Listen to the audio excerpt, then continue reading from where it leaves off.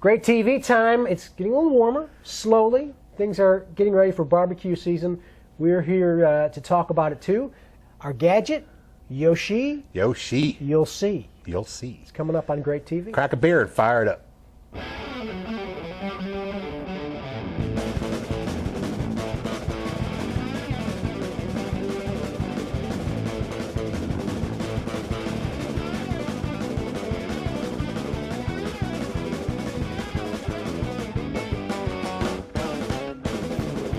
Great TV time. We're ready. We're rolling.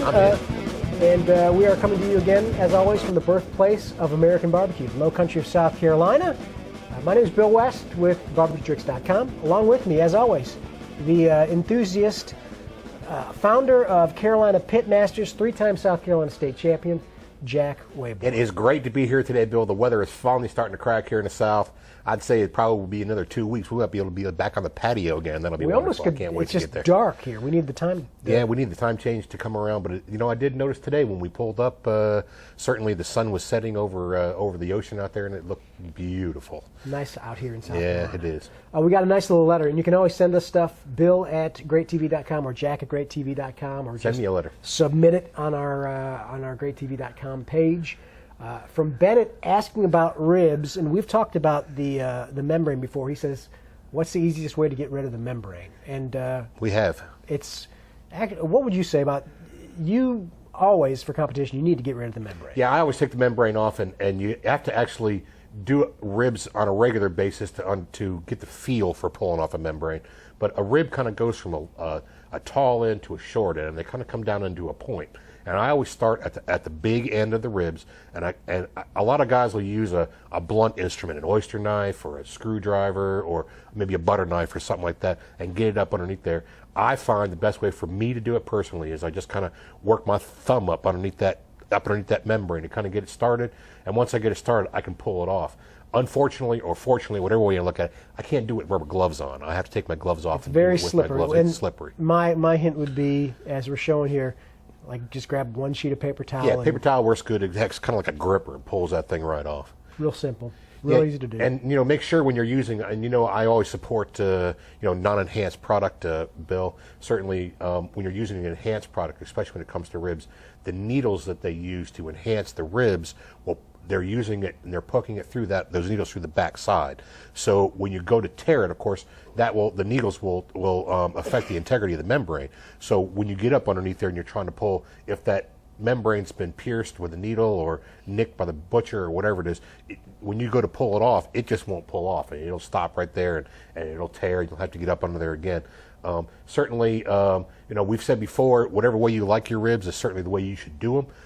I always, say that membranes need to come off. That's just the way I prefer it. And I think if you're in competition, people are watching for that, so you got to. Yeah, it's a tough piece. It's really not all that pleasing to a judge. A lot of people like that crispy membrane on the backside of a rib. I don't have any problem with it. When you're talking about getting underneath it, and I do think probably like a butter knife, something dull. Don't use a sharp knife because it's so slippery. Just cut it. Yeah. Cheers here this week. Oh yeah, Red Brick. We got Red Brick Blonde. Yeah. Where did this come from? This is an Atlanta beer. The Red Brick people have been great to us, Bill. We're on the mailing list. They send me a little message all the time. And this is a true Southern beer. The labels are hilarious. I'd read the label, but I don't have my reading glasses on. It just starts out, "Weep for your northern brethren." Weep for your northern brethren. So we'll use that. It says something about long winters and suspect college football, and by golly, they use the word mama on Red Brick, and we're all into mama. So, Red Brick Blonde this time out. I think the last time we had a different Red Brick, it was a pale ale or something like that we were drinking. But proud to stand alongside Grits, Hound Dogs, and Mama. That's right. Grits, Hound Dogs, and Mama. Thanks. Thanks, Red Brick. Blonde. I should say thanks. They're not, the beers that we have are not necessarily sponsors. No, but they could be, certainly. At any point, if anyone wants to call, they could be. But they haven't been yet. And same with our gadgets and our great plates. Let me pop up this picture here. John Knoll sent us a great plate, and we invite you to send yours in as well. What a killer great plate that is, Bill. Look at the sausages on there. They look wonderful, don't Some they? chili dogs, and look at the roasted pepper right there in the grill. I'll tell you what. That's good enough to put on a bun right there, slap some mustard on it, and just go ahead and stick it in your face and eat it. Anytime you want to send us great plates, there's actually a little I like the way our site is done at Tumblr. Right. So it's real easy just to send us a picture and get it to us that way. And we would love to feature it just like with John Knoll. Thank you, John. And if you want to send them to the Facebook page, certainly send them over there. I'll take care of it and put it in the Great Plate section over there. And, hey, if you want to just go ahead and attach it to Jack at greattv.com or whatever it is, we'll find a way to get it up on the website. So love seeing what the other people are cooking. And if yeah, people try it's a lot some of your fun. stuff. I'll tell you. And if you're not cooking anything, send me a picture of your cooker. I'm a cooker madman. Pretty much everybody who knows me knows that cookers are my thing. So still to come, a secret ingredient. Right now, our gadget, and I've already opened because I don't want to wrestle with it. It's the Yoshi blade. We do a gadget of the week.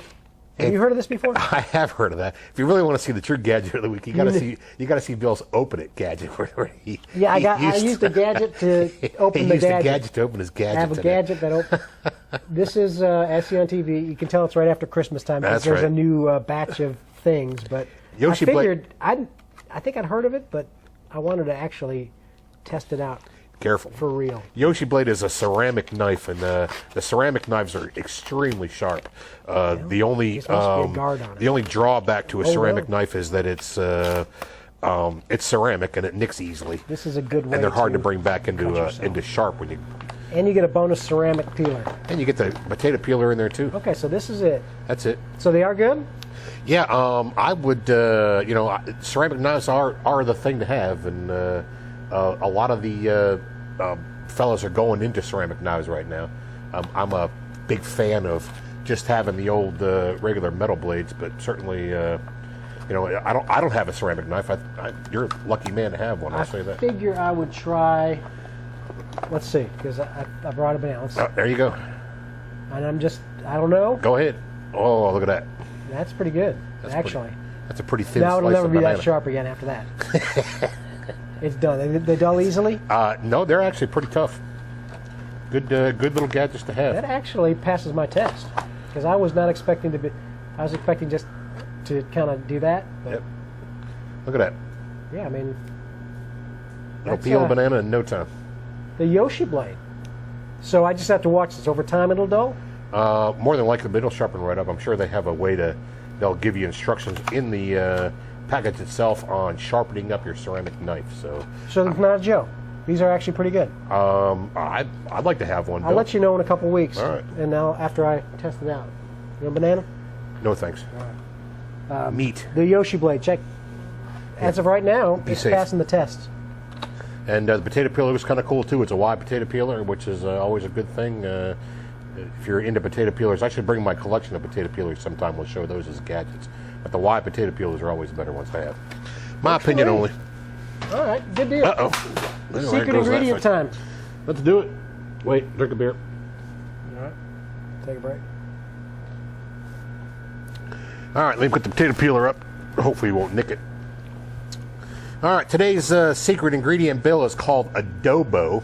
And this is from the Goya company. And if you haven't noticed, I'm kind of like to hang around that Latino section in the supermarket a little bit and get different ingredients and different things that are in there to kind of bring a different flavor. The Goya adobo is pretty much what the Latino market uses for seasoned salt, and that is with pepper in it. It's really it's a well-used, well-done, well-made product. It brings a nice kind of a seasoned salt flavor to it. It has a little lemon in it. It has a little pepper in it. MSG? MSG a little bit, I'm sure. And I use it pretty much on my vegetables at the house. I'll pop out the broccoli or the green beans or whatever it is, throw a little butter, throw a little adobo on it, and that'll bring a different flavor than the usual old, salt and pepper on your vegetables. It just brings a whole different flavor to it. I use it a lot on chicken as well because it'll settle down on chicken very nicely. You can see that it's a good color for chicken. It's kind of a yellow color. I don't use this. I will, though, because it's kind of like a little bit of a kicked up garlic sauce. It is. And I really enjoy it. They have different, Goya adobo has different flavors that you can get. One has cilantro in it, one has pepper in it, one has, they have different things to add to it. Kind of like a Mrs. Dash, if you want to call it that type of reflection. And I really like it. I like it. The Goya products, they're all, pretty high quality products. They do good stuff. I like also that some of the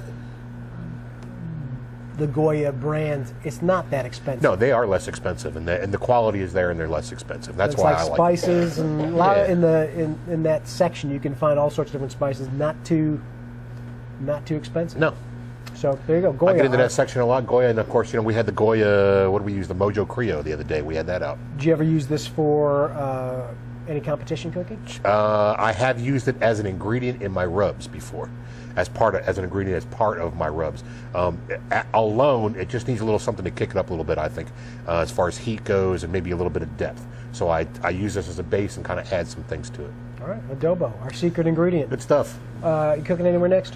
We're getting ready for the big show at the NBBQA Expo in Greenville, South Carolina. That is developing very nicely, and we're coming right along with it. So we'll be actually one of the featured caterers out there too. So make sure you get out there. Kel Phelps is doing a great job. He'll be inducted into the NBBQA presidency during that time, and we're going to go ahead and cook dinner for him on Saturday night. So cool. It'll be fun. Here's some Albuquerque seasonings they sent us over. All right. I used it this weekend. Good stuff. Good stuff. Thank you, AlbuquerqueSeasonings.com. Albuquerque our barbecue website rub. of the week. All right. Let's wrap it up. Till next week, make sure you send us a great plate. Subscribe via Facebook. Actually, just hitting that like button is all you need to do. A lot of people are watching either on Apple somehow through iTunes. If you could, even if you're doing that, let us know you're watching, and one way to do that is by going to greattv.com and just signing up for our little email reminder. Hit that feed burner. That way we can just know you're out there and kind of build and tell people. Yeah, tell people, I think, Bill, we could probably lay claim to being the longest running, hottest weekly barbecue show in the nation. There aren't many. See? What a great thing. And honestly, it's probably because it's, it takes time to gather every week. We're building up, doing it every week. We got Tony behind the camera, and we don't have sponsors, so we need some help. We just need to know people are here. And Mary working the second camera. So yeah, let us know you're out there and give us some feedback. That's right. We're working right along with it. Remember, gang, buy local, think global, stay sustainable, and for goodness sakes, hug your mama. I got to finish this.